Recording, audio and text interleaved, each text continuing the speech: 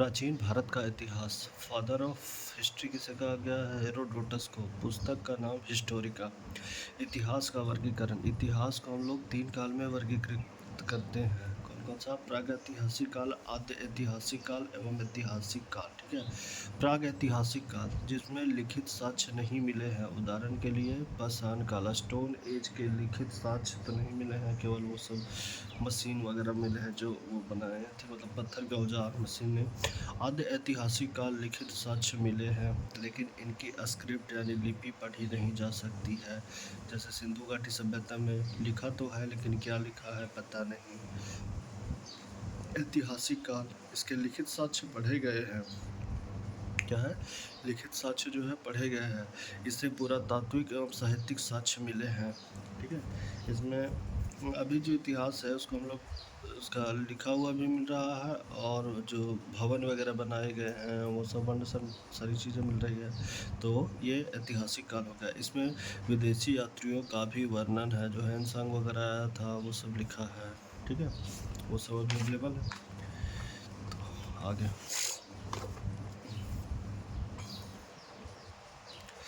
प्रागैतिहासिक काल, पाषाण काल। ठीक है।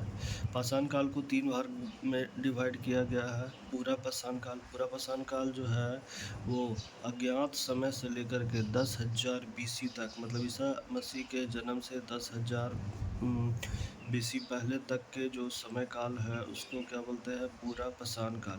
अब मध्य पाषाण काल, तो मध्य पाषाण काल क्या होता है? तो 10,000 BC से लेके 4,000 BC तक, मतलब ईसा मसीह के जन्म से 10,000 साल पहले से लेकर के 4,000 साल पहले तक के समय काल को क्या बोलते हैं? मध्य पाषाण काल। नवपाषाण काल क्या हो गया? 4,000 BC टू 2,500 BC तक को नवपाषाण काल के नाम से जाना जाता है। बिफोर कॉमन इरा, BC का मतलब होता है, और AD यानी एनो डोमिनो होता है, इरा का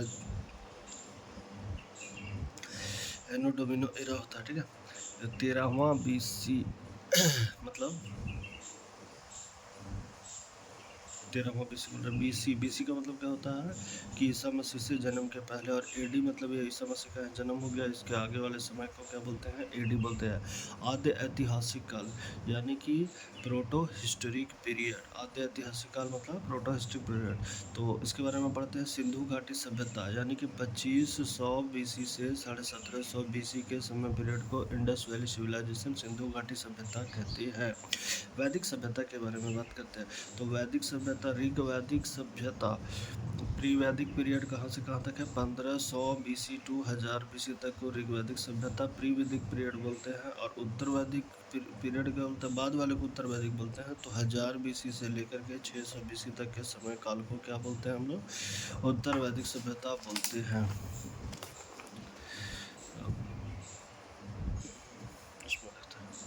ऐतिहासिक काल, हिस्टोरिक पीरियड, मध्य पाषाण मध्यकालीन भारत 712 AD से लेकर के 1707 AD तक के समय को मध्यकालीन भारत बोलते हैं। आधुनिक यानी कि मॉडर्न हिस्ट्री 1707 AD से 1947 AD को आधुनिक भारत बोलते हैं। पाषाण काल यानी स्टोन एज, प्रागैतिहासिक काल, पूरा पाषाण काल क्या होता है? इस काल की खोज 1863 ईस्वी में रॉबर्ट ब्रूसफ्रूट ने किया था। ठीक है।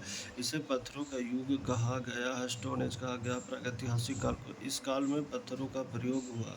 इस काल में आग की खोज हुई। इस काल में व्यक्ति को शिकार का अल्प ज्ञान था, शिकार का पूरा ज्ञान नहीं था इस समय। ठीक है। इस कच्चा वच्चा खाता था। इस काल में व्यक्ति कच्चा मांस खाता था। भीम बेटका की गुफा इसी काल का उदाहरण है। भीम बेटका की गुफा मध्य प्रदेश राज्य में है। भीम बेटका की गुफा को यूनेस्को का विश्व धरोहर सूची में 2003 में शामिल किया गया। भीम बेटका की गुफा इस काल की चित्रकारी का उदाहरण है। अब बात करते हैं हम लोग मध्य पाषाण काल। मध्य पाषाण काल यानी मेसोलिथिक पीरियड। इस काल में मानव को शिकार का क्या हो गया था? पूर्ण ज्ञान हो गया था। मिट्टी के बर्तन का साक्ष्य इसी काल से प्राप्त होते हैं। प्रयागराज उत्तर प्रदेश से मिट्टी के बर्तन के साक्ष्य मिलते हैं। इस काल में पशुपालन मानव के द्वारा शुरू कर दिया गया था। मानव का पहला पालतू कुत्ता था, कुकुरवा था। ठीक है। सच आदमगढ़ मध्य प्रदेश से मिलता है, बागोड़ राजस्थान से मिलता है। कुत्ता पालने का साच आदमगढ़ से मिलता है और बागोड़ से मिलता है। आदमी कुत्ता पालता है ना, तो आदमगढ़ से कुत्ता पालने का साच मिला, ठीक है। अब बागोड़ कुत्ता जो है थोड़ा सा बकलोल जैसा करता है, तो इसीलिए बागोड़ राजस्थान में है, ठीक है। शव दफनाने की प्रक्रिया इसी काल से प्रारंभ हुई थी। लेखिया उत्तर प्रदेश मिर्ज़ापुर में है लेखिया, वहाँ से सदरा नरकंकाल प्राप्त हुआ। दमदमा उत्तर प्रदेश में है, एक ही कब्र से वहाँ भी 3 समाधि प्राप्त हुई है। तीर कमान का प्रयोग मानव करना चालू कर दिया था। मध्य पाषाण काल में क्या करना चालू कर दिया था? तीर कमान का प्रयोग करना चालू कर दिया था। अब नवपाषाण काल बोलते हैं। इस काल में कृषि के साक्ष्य मिले। नवपाषाण काल में खेती भी मानव चालू कर दिया था। पूजा के साक्ष्य मिलता है, लोग पूजा पाठ करने लगा था। पहिए का आविष्कार हो गया था, ठीक है। चक्का जो बोलते हैं उसको, ठीक है। आगे बढ़ते हैं। ताम्रपाषाण काल। ताम्रपाषाण काल यानी चैलियोलिथिक पीरियड। चैलियोलिथिक पीरियड की बात करते हैं। इस काल में मानव ने तांबे का प्रयोग किया, कॉपर का प्रयोग किया। मानव द्वारा प्रयोग की गई पहली धातु क्या थी? तांबा थी। सिंधु घाटी सभ्यता, Indus valley civilisation, 2500 BC to 1750 BC के समय पीरियड को क्या बोलते हैं? सिंधु घाटी सभ्यता बोलते हैं। सिंधु घाटी सभ्यता यानी इंडस। हड़प्पा सभ्यता, इसका और अन्य नाम भी है सिंधु घाटी सभ्यता का। सिंधु घाटी सभ्यता, हड़प्पा सभ्यता, कास्यूगियन सभ्यता, सरस्वती सभ्यता, नगरीय सभ्यता, सुमेरियन सभ्यता की बेटी। सिंधु घाटी सभ्यता के बारे में और जानकारी देते हैं। सबसे पहले 1826 एडी में चार्ल्स मैसन ने खोजा था सिंधु घाटी सभ्यता को, और सबसे पहले इस सभ्यता का सर्वेक्षण 1856 ईस्वी में कनिंघम के द्वारा किया गया था, ठीक है। कनिंघम के द्वारा इसका सर्वेक्षण किया गया था। अब ASI मतलब क्या हो गया? Archaeological survey of India. स्थापना कब हुआ था? 1861। हेडक्वार्टर इसका कहाँ है? दिल्ली में इसका हेडक्वार्टर है। पहला महानिदेशक कौन था? कनिंघम था। यही वाला कनिंघम जो यहाँ पे नहीं था, चार्ल्स मैसन। सबसे पहले इस सभ्यता का सर्वेक्षण 1826 कनिंघम के द्वारा जो सर्वेक्षण किया था ना, वही कनिंघम था, ठीक है।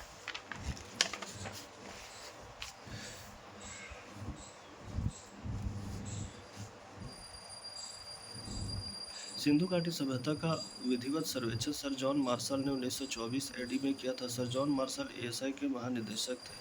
1924 एडी में सिंधु घाटी सभ्यता का विधिवत सर्वेक्षण किसने किया था? सर जॉन मार्शल ने किया था। सिंधु घाटी सभ्यता का सबसे बड़ा स्थल मोहनजोदड़ो पाकिस्तान में है। सिंधु घाटी सभ्यता का भारत में सबसे बड़ा स्थल राखीगढ़ी हरियाणा में है। सिंधु घाटी सभ्यता का सबसे प्राचीन स्थल बिरडाना हरियाणा में स्थित है, जिसका खोज 2014 में हुआ था। यह 7500 BC पुराना है, ठीक है। हड़प्पा सभ्यता की खोज 1921 ईस्वी में दयाराम साहनी के द्वारा किया गया था। इस कारण इस सभ्यता को हड़प्पा सभ्यता भी कहा जाता है। आकार कैसा था हड़प्पा सभ्यता का? त्रिभुजाकार। समाज कैसा था? मातृशतात्मक। लिपि कैसी थी? दाईं ओर से, मतलब इधर से इधर की ओर लिखी जाती, दाईं ओर से बाईं ओर लिखी जाती थी। इसको क्या बोलते थे? भाव चित्रात्मक लिपि बोलते थे, भाव चित्रात्मक लिपि बोलते थे। व्यवसाय क्या था? आयात और निर्यात, इंपोर्ट और एक्सपोर्ट, ठीक है। पूजा किसकी करते थे? मातृ देवी की। धरती की उर्वरता की देवी को मातृ देवी बोलते थे वो लोग।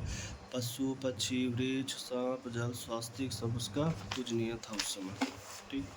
बंदरगाह लोथल, ठीक है। बंदरगाह कहाँ था? तो लोथल में बंदरगाह था, ठीक है। अब देखो ये ईस्ट है, ये वेस्ट है, ये नॉर्थ है, ये साउथ है, ठीक है। ऊपर में जम्मू कश्मीर है, जम्मू कश्मीर में मांडा है, ठीक है। मांडा में ये हड़प्पाकालीन स्थल था, हड़प्पाकालीन स्थल ये मांडा में था। चेनाब नदी के किनारे, ठीक है। ये दक्षिण में कहाँ था? तैमाबाद में था, महाराष्ट्र में। प्रवरा नदी जो है गोदावरी की सहायक नदी है, उसके किनारे पर स्थित था। ये ईस्ट में आलमगीरपुर उत्तर प्रदेश में, हिंडन नदी मेरठ में है। आलमगीरपुर जो जगह है उत्तर प्रदेश में, हिंडन नदी मेरठ में स्थित है। सुतका गंडोर जो है, सुतका गंडोर बलूचिस्तान। दासक नदी ये पाकिस्तान में, ठीक है, तो वहाँ स्थित है। बात करते हैं दो टीलों में विभाजित।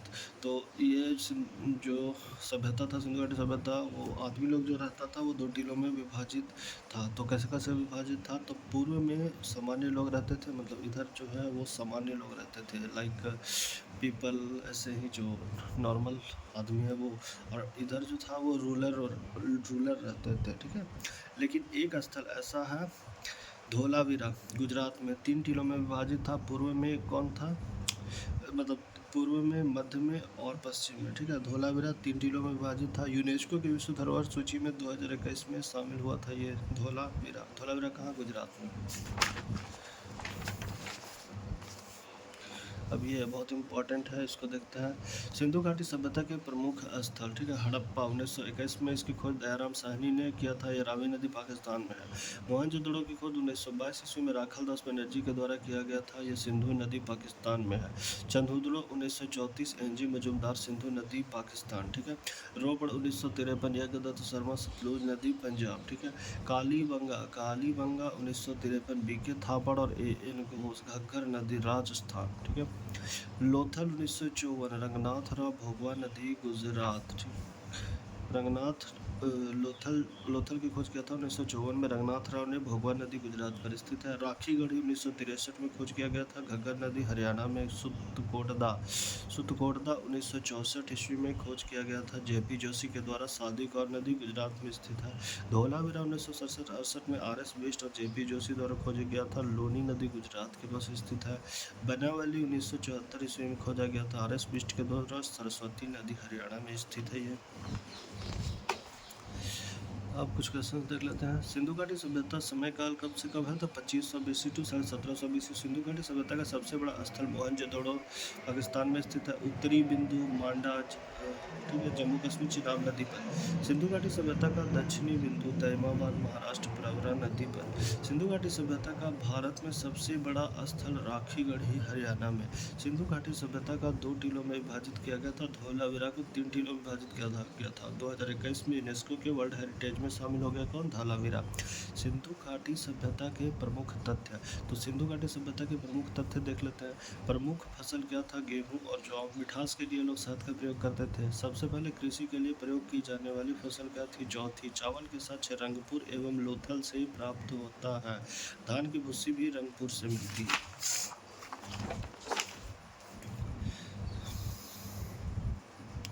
अब जुता हुआ खेत का साक्ष्य कालीबंगा से प्राप्त होता है। मोहनजोदड़ो पशुपति की मूर्ति मिलती है। स्नानागार मिलता है। अन्नागार मिलता है। कांसे की नर्तकी मिलती है। सब कहाँ से मिलती है? मोहनजोदड़ो से। मोहनजोदड़ो से क्या क्या मिलता है? पशुपति की मूर्ति, स्नानागार, अन्नागार, कांसे की नर्तकी, ठीक है। अग्निकुंड के साक्ष्य कालीबंगा एवं लोथल से प्राप्त होते हैं, ठीक है। काली अग्निकुंड, ठीक है। लोथल अग्निकुंड के साथ जो है कालीबंगा में लोथल से प्राप्त होता है। मतलब अग्निकुंड जो है वो काला होता है, ठीक है।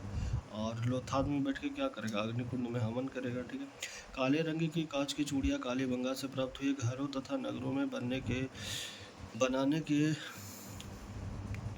मतलब घर और नगर बनाने के लिए क्या किया जाता है? ग्रिड पद्धति का प्रयोग किया जाता था। घोड़े के अस्थि पंजर सुतकोटदा लोथल से प्राप्त होते हैं। पिगमट ने हड़प्पा एवं मोहनजोदड़ो को जुड़वा राजधानी कहा था। सिंधु घाटी सभ्यता के बारे में या मंदिर के साक्ष्य नहीं मिले हैं। सिंधु घाटी सभ्यता में क्या हुआ है? मंदिर के साक्ष्य नहीं मिले। यहाँ पर बर्तनों का रंग लाल हुआ करता था। पवित्र कुबड़ वाला बैल का प्रयोग करते थे। महत्वपूर्ण स्थलों से संबंधित जानकारी। हड़प्पा के बारे में जानकारी देखिए। 5 किलोमीटर की परिधि में फैला हुआ था। यहाँ पर ग्रिड पद्धति का प्रयोग हुआ था। शवद अपनाने के साक्ष्य मिले हैं। कपास की खेती के साक्ष्य मिले हैं हड़प्पा से। सुरक्षा दुर्ग बनाए गए थे हड़प्पा में। मोहनजोदड़ो के बारे में बात करते हैं। मृतकों का टीला बोलते हैं इसको। सिंधु घाटी की सबसे बड़ी इमारत विशाल अन्नागार यही थी, ठीक है। विशाल स्नानागार भी यही था। कांसे की नर्तकी मोहनजोदड़ो में ही थी। इसे सिंधु घाटी सभ्यता का बगीचा कहा जाता है मोहनजोदड़ो को। मोहनजोदड़ो पर सबसे ज़्यादा जनसंख्या थी, ठीक है। मोहनजोदड़ो में सबसे ज़्यादा जनसंख्या थी। मोहनजोदड़ो में स्वास्थ्य के साक्ष्य प्राप्त हुए हैं। मोहनजोदड़ो से बुने हुए कपड़ों के साक्ष्य मिले हैं। मोहनजोदड़ो से दाढ़ी वाले महादेव एवं पशुपति के साक्ष्य मिले हैं। दाढ़ी वाले महादेव एवं पशुपति के साक्ष्य मिले हैं। आगे देखते हैं। लोथल के बारे में बात करते हैं। लोथल गुजरात में 1954 में रंगनाथ राव के द्वारा खोज किया गया था भोगवा नदी पर, ठीक है। इसे लघु मोहनजोदड़ो कहा जाता है। और यह एक व्यापारिक नगर था। लघु का मतलब छोटा होता है, तो छोटा मोहनजोदड़ो कहा जाता है। लोथल को यह गुजरात में 1954 में खोज किया था रघुनाथ राव भोगा नदी के किनारे। यह एक व्यापारिक नगर था। इसे सिंधु घाटी सभ्यता का मैनचेस्टर कहा जाता है। लोथल को यह एक बंदरगाह था। यहाँ के लोग सफाई के प्रति क्या थे, सजग थे लोथल के लोग। यहाँ हाथी के दांत के मेसोपोटामिया की मोहरें पाई गई, मतलब कि मेसोपोटामिया से व्यापार होता होगा, तभी तो आया यहाँ पे हाथी के दांत की मेसोपोटामिया की मोहरें। यहाँ से 3 युगल की समाधि भी प्राप्त हुई है। लोथल से 3 लोगों की समाधि एक साथ प्राप्त हुई है। यहाँ से शतरंज के खेल के साक्ष्य मिले हैं। शतरंज के खेल के साक्ष्य कहाँ से मिले हैं, लोथल से। यहाँ पर घोड़े की हड्डियाँ भी पाई गई है, मतलब लोथल में घोड़ा था तभी तो घोड़े की हड्डियों के साक्ष्य मिले हैं।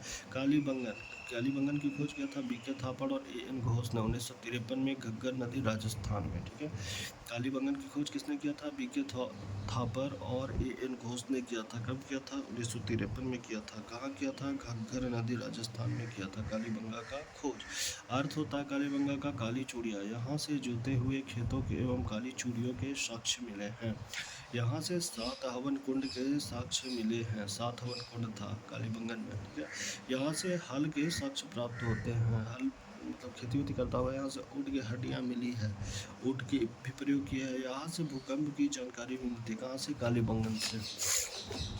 धोलावीरा के बारे में बात करते हैं। धोलावीरा RS बिष्ट JP जोशी ने खोज किया था। कब किया था, ये 1967-68 में किया था। लूनी नदी गुजरात के पास है। कौन, धोलावीरा की खोज किसने की था, RS बिष्ट और JP जोशी ने किया था। कब किया था, 1967-68 में किया था। जल प्रबंधन के साक्ष्य मिले हैं। कहाँ से, धोलावीरा से। यहाँ पर सुनामी के साक्ष्य मिलेगा। कहाँ से, धोलावीरा से। ठीक है, धोलावीरा से क्या मिला, सुनामी के साक्ष्य मिला। सुतकोटदा के बारे में बात करते हैं। घोड़ा, हाथी, भेड़िया के हड्डी के साक्ष्य मिले सुतकोटदा से। यहाँ पत्थर के किलेबंदी थी। कहाँ पे, सुतकोटदा में पत्थर की किलेबंदी थी। बनावली की बात करते हैं। हाथी के दांत के कंघी और जौ के दाने मिले। कहाँ से, बनावली से।